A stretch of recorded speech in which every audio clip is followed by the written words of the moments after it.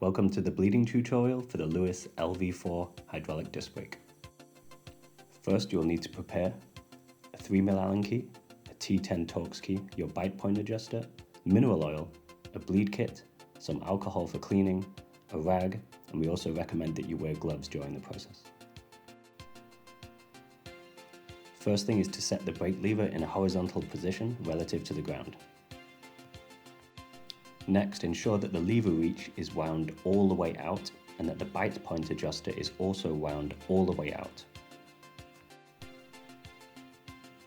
Next step is to remove the wheel, and then we can remove the brake pads from the caliper, making sure not to lose the safety clip or the bolt. Once the brake pads have been removed, we can insert the bleeding blocks that were provided with the brake. Next step is to remove the primary bleed port using the T10 Torx key, being careful not to lose the O-ring. We can then attach the M5 threaded adapter, which comes with the bleed braking kit, and then attach the oil funnel, ensuring it is in the closed position, like so.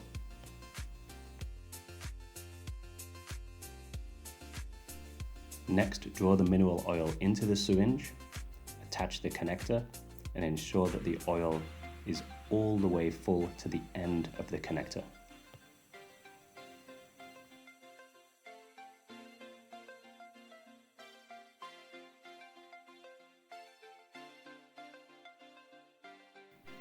Next, we're going to unscrew the bleed port on the caliper using the T10 Torx key, being careful not to lose the O-ring, and attach the M5 adapter, same as on the lever. We then attach the syringe to the adapter and temporarily seal the tube.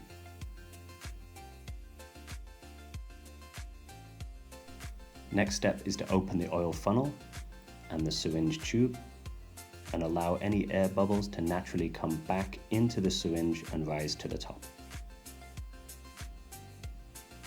Once all bubbles have risen to the top, we can push down on the syringe, pushing the oil through the system, and we should see air bubbles appear at the top as they're expelled from the system. Note, if the oil is dirty, it should be removed and clean oil should be run through until there are no air bubbles and only clean oil is appearing at both ends. We can then pump the lever several times to make sure there are no air bubbles whatsoever remaining. We can push the oil back and forward until we're happy that all the air bubbles have been removed. We can now seal the oil funnel, remove the syringe, remove the M5 adapter, and replace the caliper bleed port screw, making sure not to over-tighten. Next step is to seal the oil funnel and remove it from the adapter. We now unscrew the secondary bleed port using the same T10 Torx key and apply drops of oil to fully top up the reservoir. At this point, it's also advised to gently touch the lever to ensure the oil goes fully inside the reservoir and is completely full to the brim. We can then seal the secondary bleed port.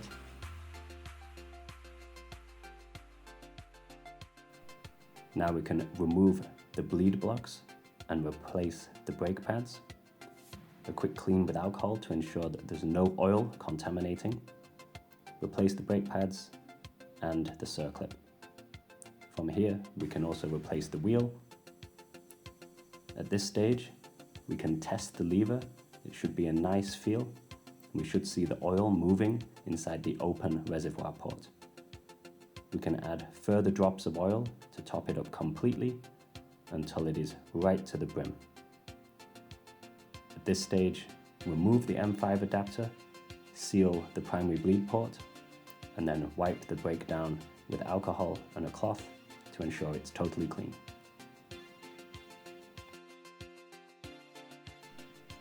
All that's left is to adjust your lever to your preferred angle, the lever reach to your preferred position, and the bite point to your preferred position. After testing the brake, it should feel nice and solid. If you have any issues, please contact your local Lewis dealer for support.